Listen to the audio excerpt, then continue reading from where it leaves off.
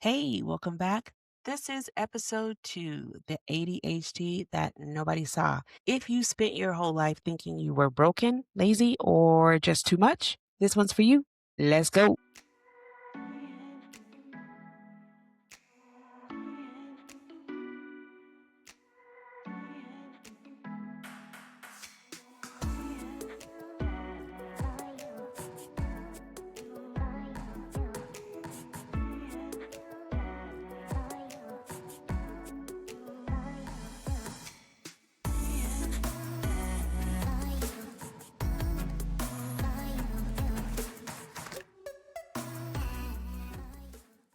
All right. Oh, shit. Sorry. I was completely distracted. But that right there, that's that ADHD. But nobody called it that when I was growing up. They just called it unfocused. Or I wasn't applying myself. I was wasting my potential. I was lazy. And I was asked all the time, what is wrong with you? So turns out nothing was wrong with me. Well, I just had ADHD. So my brain just operated a little differently than most, but nobody saw that. No adult in my life pulled me aside and even questioned that. Or maybe they did and they just didn't know what it was. And so they only knew how to punish. And I understand that.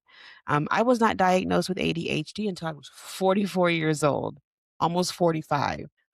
And when that doctor told me, what was going on, I felt like, oh my gosh, whoo, like, oh, okay, I'm not crazy. Cause I really thought that this was it. I thought that my brain was finally taking me to the other side of hell. And that's just where we were going to live. But at the same time, during that year, I also was struggling with a lot of grief from losing my grandmother and then losing my mother 7 weeks later. So I was just kind of up in the air as to what was wrong with me. But this was the overlying issue, or I guess the underlying issue for that case. So to finally understand that my brain was like this and half my life was already gone, crazy. Like in elementary school, I was the kid that literally knew all the answers, but I could barely remember to turn my homework in or to even do it when I got home. I was the one that was like probably reading under my desk during recess or something else that I was supposed to be doing and I wasn't doing because that thing was boring to me, and that book was more interesting in the moment, and I just could not even if I put it down, I could not stop thinking about it. So I would hyper focus on things that were there that I was interested in for hours, and I mean hours, like, I can't even explain it to you, but then the second that that was something that I didn't care about anymore or it wasn't a priority to me, then my brain literally could not hold on to it. It was just gone. It was just gone. And everyone would say I would always hear, "If you could focus on this, you could focus on that." And I really literally just could not. And that's not how ADHD works. So nobody knew that, especially not me. I did not know that. So middle school, high school, same shit.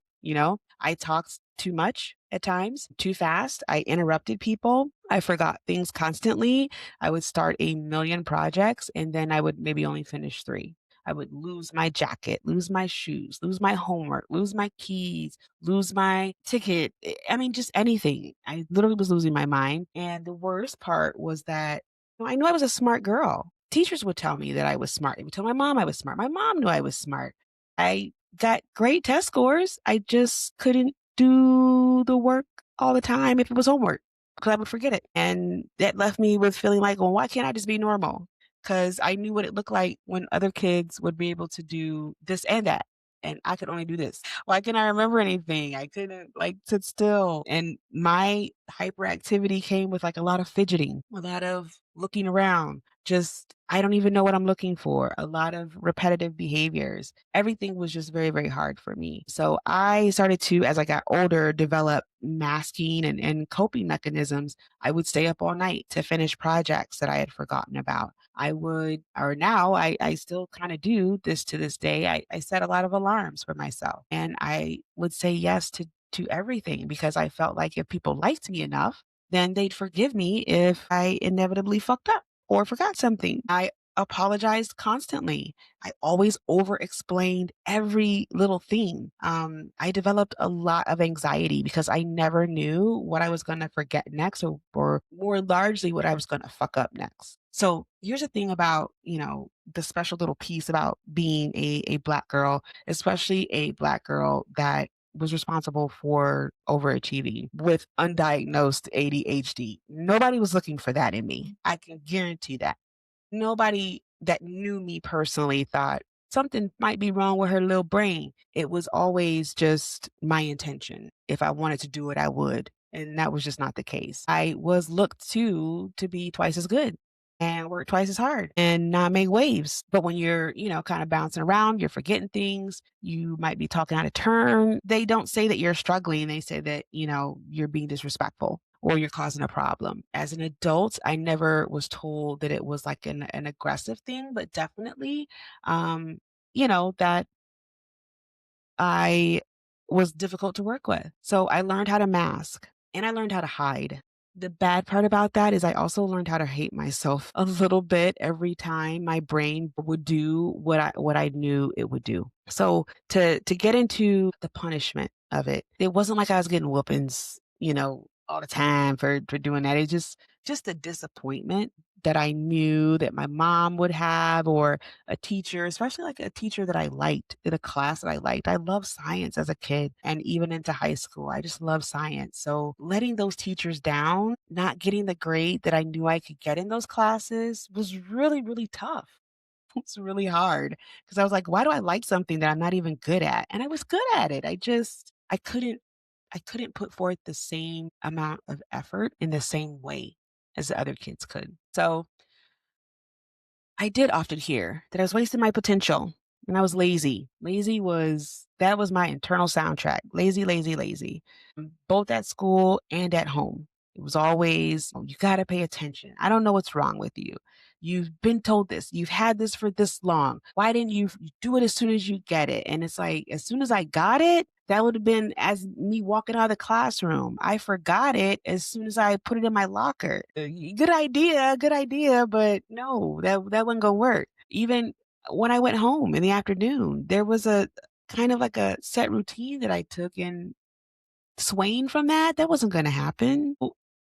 I was set up for failure. What I wanted to hear was that nothing was wrong with me, and, I didn't know that. So, those disappointing looks, I took it, the frustrated sighs, I took it, and I just turned it into internally proof that I was just fucked up and that there was something broken in me that just, couldn't be fixed. What makes me angry now is that, now that I look back, I'm like, there were signs everywhere. I wasn't the only one that could see this in me. I know. Now, I was what would have been today a textbook case. So I have to consider that it's a phrase I often say about in a lot of situations about people specifically. They're doing the best they can with what they have, with what they got is usually the way I say it. But my mom was doing the best she could with what she had. And she did not have information about this. Neither did a lot of my teachers at this time. Remember, like I'm 48. So this was the culmination of the 80s and the 90s, the early 90s. It was not something that was the research maybe was not as developed as it is now. So, I just got labeled as chatty or spacey or just, unfocused. I was always told that I just needed to try harder. And try harder for me, I did not know what that meant because I felt like my brain was already working in overtime just to fucking function. So I did not know what the work harder. Work harder at what? Work harder at panicking? I don't know how else I can do that. And I'm not saying that people were malicious. Everyone was malicious with me, but they just didn't know. And it doesn't change what it did to me either. It doesn't change the decades I spent thinking that I was a bad person. And it doesn't change that, all the way up to at least age 44, almost 45, that I was struggling. And there was a reason why I was struggling. It wasn't just, a choice I was making. It wasn't 1,000 choices I was making to just not do things. Couldn't keep up with my work. I couldn't keep up with life. And just basic adulting was just a fucking struggle. So, I got that diagnosis. I'm like, I can't believe that. Like, I think about ADHD in little boys, but did not know what it looked like for a woman in her 40s. I just thought, well, everybody's white knuckling it, right? Like, Everybody has a little anxiety and all these coping strategies, right? Just you, just well, not just me, but it's not normal. It's not something that, every person that comes in or every person that turns 44 is doing. This was just me. And when that doctor said, yeah, you got ADHD, matter of fact, you are a moderate to severe case, I did feel a little relieved because I was like, well, good. I mean, at least there's a reason. At least I'm not, completely falling apart and like this is the end. At least there is something that we could do, some solutions. I'm not a broken person. I'm not a lazy person and I'm not stupid. I just have a brain that works differently. And there are strategies, like I said, and medication for accommodation. So I felt a lot better. Honestly, I felt a lot better. To think back now about the way I chose relationships, the way I chose jobs, because it was based on me thinking that I had like this broken brain, like a handicap or something, and I had to figure out like who could deal with that, who was it lowered my self-worth. I will put it that way. I think that's the best way to put it for, it to be reflected on me. And how much of my life did I spend, just kind of existing in that? What opportunities maybe did I not take because I just didn't trust myself? So I do grieve at times for the younger me, the one that thought that she was just, bad at life. That late diagnosis was just a lot. Knowing I have ADHD does not magically fix it. I still have to live with this brain. You still have to live with this brain if you're a person like me or thinking that maybe you need to go get diagnosed. Some things that are actually helping me because I'm still figuring this out and I'm not an expert. I'm not a doctor. I have not studied ADHD. All I know is my ADHD and my brain. I'm just a person trying to function. So, yes, I do take medication. I'm not going to say the name of that medication on here because I don't know the YouTube rules around that. And I don't want y'all going into your doctor's office saying, Aletha told me to ask for this. No, Aletha did not tell you that because you don't even know what Aletha takes. But I do take medication. If you're comfortable, you can share what medication you're on if you're on that. But the medication doesn't change who I am. It just helps me to find the breaks at time.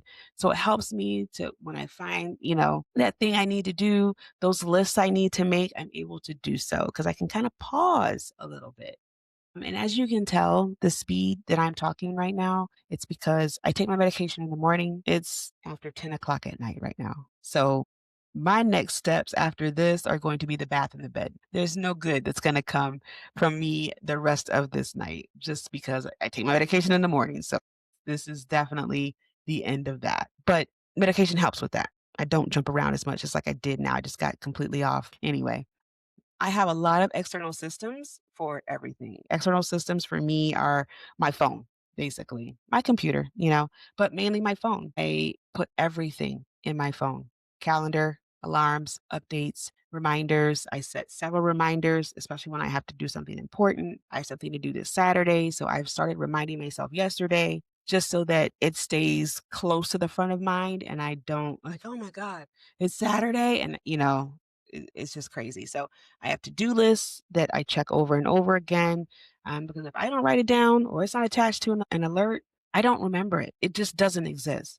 And I think people, if we don't give them that little piece of nugget about us, they don't understand that. Definitely don't understand that, especially if they're inviting you to do things or go places. And the day of, you either just don't show up or, it's completely caught you off guard once it's been reminded to you that you had this event. And now I'm like, well, wait, what the and I'm not ready for it. Like, I haven't done anything that I'm supposed to do. So it can really fuck some shit up. I also like to break tasks into tiny pieces. If I go and walk downstairs in my house and say, I'm gonna clean the kitchen, that's not gonna happen. It's too big. My brain will automatically shut down. I'm looking for YouTube videos to watch while I'm supposed to be cleaning the kitchen, and then the kitchen doesn't get clean because it's like too much. I do one or two things and I'm done. So I just list out the things. Scan the kitchen. Okay. I gotta put the dishes away in the dishwasher. I need to load new dishes in there. I need to wipe the stove down. I need to wipe down the bar. I gotta spray behind the sink, wipe that down, clean out the sink. Literally little tasks. I get those little wins too. Small little concrete things. They're immediate. It's an immediate reward. It's an immediate relief that it's gotten finished. And that's how my brain has to work. I have to move around sometimes. I can't just sit still and focus at times. It's just not how I think. So, and not how I think best. I can kind of be a tapper or a walker or a fidgeter when I'm thinking about things. I like to move my body, and that helps me to kind of stay front of mind. So that is just something that I am aware of at this point, and I'm honest about my limitations. So I just tell people right off the bat, hey, if you tell me something that I'm supposed to be and you don't text me, I'm not going to remember. I won't be there. I'll tell you that right now. So you better send me a text with what I have to do, when I have to do it, and I can just attach it right to my calendar right then and there or set a reminder for it. I need deadlines. I need scheduling. I need that structure, and I will build the large part of the structure, for myself. When you're adding pieces to it, I just need you to write it down and send it to me. Type it out and send it to me. Do not tell me in my head and then think I'm going to remember because I'm not. I need deadlines or nothing's going to happen. I'm just going to, okay, well, it must not have been that important to them. I don't know what I'm supposed to be doing. So that's another thing. And I am doing better at naming what I need instead of pretending like, "Oh, I'm neurotypical, I'm fine." And that little thing has changed everything. The biggest one that has also helped with is giving myself grace. I'm gonna forget things. I'm gonna start some projects. I have a project in my bathroom and up in my bed, two in my bedroom that I have not finished. They're 2, 3 months old at this point. I started them. I'm going to interrupt people because my brain moves faster than my mouth. And that's just me. It's not a moral failure.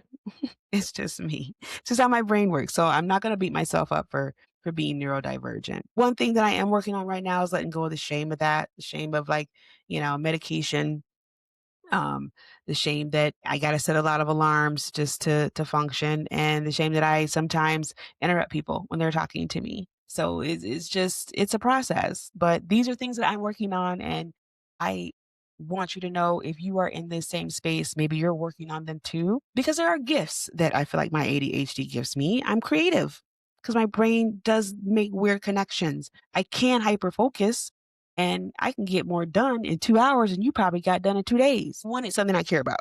So my enthusiasm, my energy, my ability to see possibilities everywhere, that's my ADHD too. And that same brain that makes me forget where my keys are, where my phone is, where my earbuds are, where I put what charger and what charger I like best. It also makes me think in ways that other people don't. So it's that same brain that cannot sit in a boring meeting. I do not like meetings longer than exactly 22 minutes. Beyond that, I'm gone. But I'm done apologizing for that. That ADHD is a part of me, and it's a valuable part of me. If you are listening to this and you're like, "Wait, is that me?" or you're recognizing yourself in this story, just get evaluated. Don't listen to just me. Don't listen to anybody about it. Just go to a doctor and let them evaluate you. Get some support. So talk to some other people. If you can't find anybody in your circle that is also struggling with this, comment here. Reach out. There's a lot of groups of women with ADHD all over social media. So find someone to follow and kind of see what they're doing and build yourself a community. Get the help you deserved the whole time that you've had this. And then you let yourself grieve and let yourself be angry or be free, whatever you need to do, because that's part of the healing part and it's going to be part of your ADHD story. That's the beginning of mine because I'm still learning about my brain and still kind of figuring out other things that I need. And I'm also still working on, unlearning a lot of decades of just the shame. If this did resonate with you, if you saw yourself, heard yourself in this explanation, drop a comment, send me a like, subscribe to the channel. We're going to do a lot of talking like this. So tell me some things about where you're at in your journey. Did you know you had ADHD growing up, or did you figure it out late like I did? Were you still struggling with it? If you are struggling with it, and what's helping you? If you have started to address it and are finding some things work better than others, maybe some things that I didn't mention that could help somebody else. I feel like the more we talk about ADHD in Black women specifically, especially with the late diagnosis I have, the more that we can all heal together and the more, I don't know, more rewarding maybe at the end it will be for everybody. So next week, I'm actually going to do a show about people pleasing, why we do it, why it's costing us, and how to start saying no without feeling like a terrible person. Because after a lifetime of trying to make up for having ADHD, a lot of us definitely probably became people pleasers. I know I did. And it's definitely time to break that pattern too. Until then, please be gentle with yourself. You are doing the best that you can, and be gentle with your brain. Even if you don't have ADHD, your brain is as old as you are. It's doing the best that it can too. I'm Aletha. This is the second act of Not Giving a Fuck. Same sparkles, just under the wig this time. Same truth. And I will see you next time. Thank you so much. Please comment, like, subscribe, share, do all the things. Give me all the love. See you next time.